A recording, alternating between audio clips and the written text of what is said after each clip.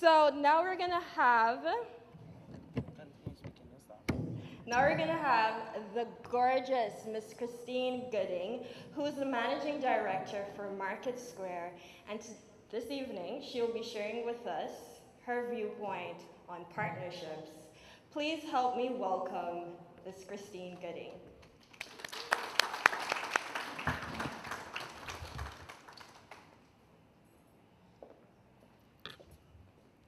Good evening, everybody. It's so good to be here.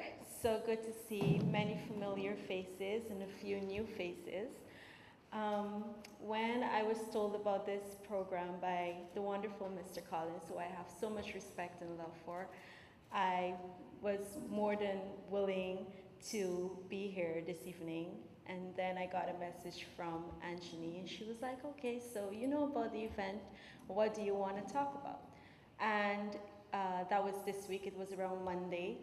And at that time, I was going through, oh gosh, I thought this probably is going to be the worst week of my life, and it's only the beginning of 2018. But with God, all things are good. And I had two topics in mind. I wanted to talk about balance, being a mom, and being a partner, having family, and also running a business.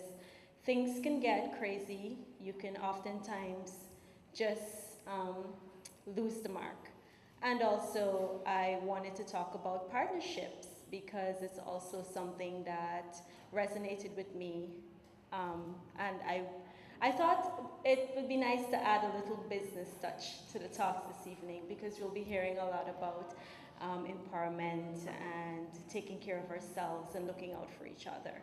So I'm going to start by I am now a sole trader.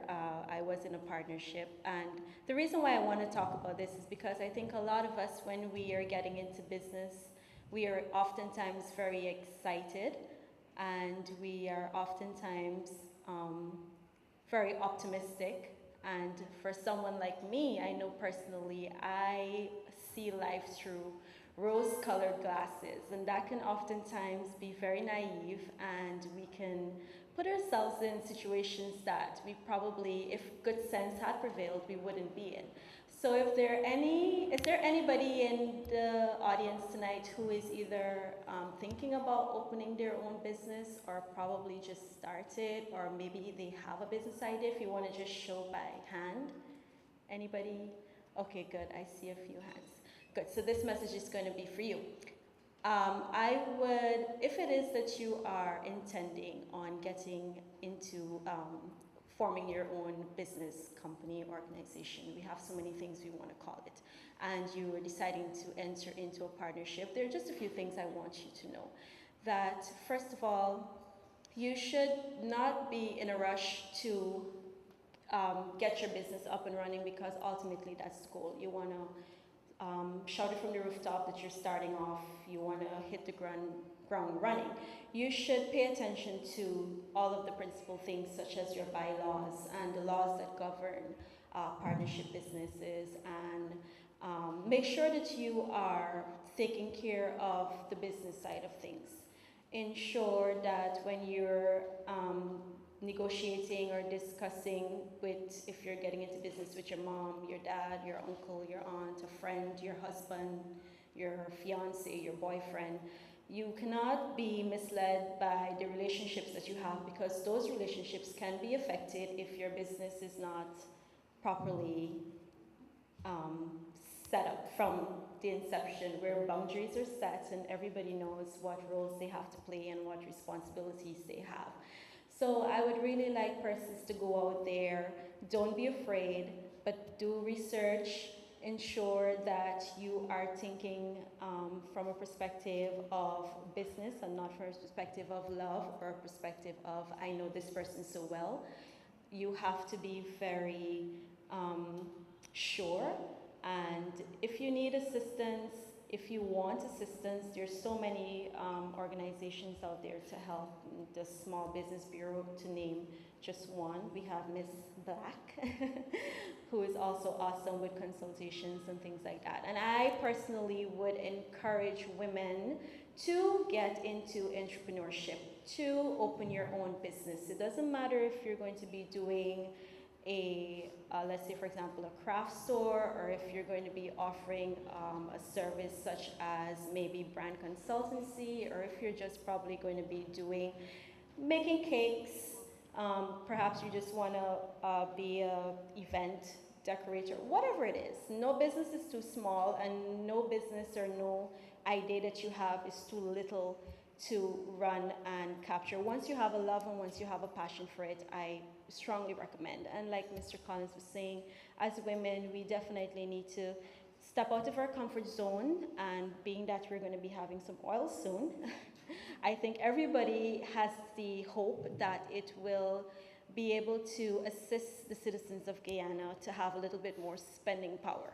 So I would suggest that if you have a business idea, there's no better time than now to go get your business registered, to go take a few courses, whether free or paid.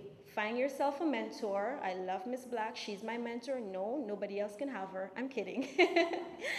Find yourself a mentor and go forward.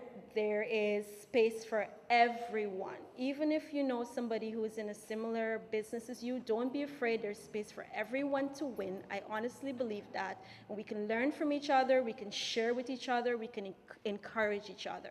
So I always tell persons that if you want to get into marketing, if you want to open a marketing agency and you want to come to me for advice, I'm here to give it to you. There's no way, shape, or form am I going to think, well, you're coming to steal anything from me. Your only competition is yourself. Thank you.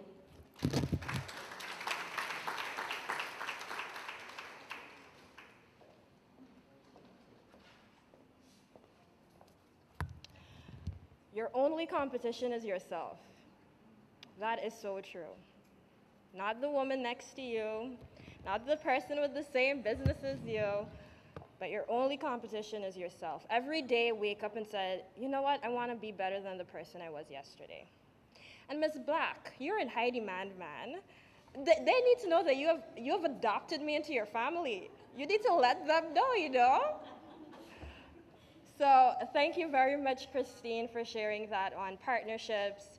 And yes, research is very, very important. I'm a research fanatic. You can call me anytime and we can talk about research for hours. Next up, we will have a teacher turned entrepreneur, Miss Anika Abel Rose. She is going to be sharing with us on a very catchy title that she sent to me. She said, good deeds don't require greed. Good deeds don't require greed. I got goosebumps right now. So please help me welcome Miss Abel Rose.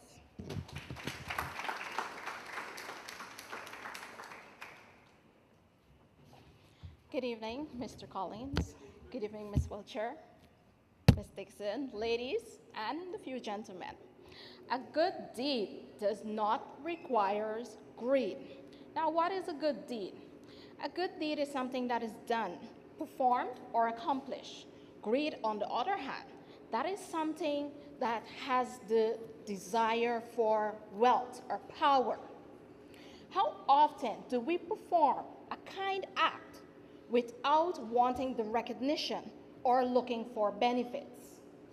Sometimes as women, we find it difficult to eliminate the greed in these actions. Why is that? It's because we are so hungry to establish our identity, to be recognized, to be a hero, that we often sometimes forget that not everything that we do needs that recognition. We need to be selfish sometimes when it comes to helping our fellow sisters to get to their goal. Even though you may measure it with years, it may not be your time. We all are going to get to the ending line, not at the same day, not at the same time, but helping our fellow sisters in growth should be an effortless motion. So ladies, in order for us to grow, move as a team, help each other, support each other, making that journey fun, and learning from each other's experiences, we need to be there. We need to forget the selfish act or that emotion or feelings. You will get to the ending line. I promise you that. But it's not gonna have the same effect. It's not gonna be the same experience. But in time and patience, you will get there. The first thing we can do this evening, I'd like you to applaud yourself for being here because you could have been somewhere else. So give yourselves a round of applause. Great. I know this evening is going to be very beneficial, even for myself. I'm super excited, and I hope my number gets picked. But however, good evening, and thank you once again for having me. Thank you.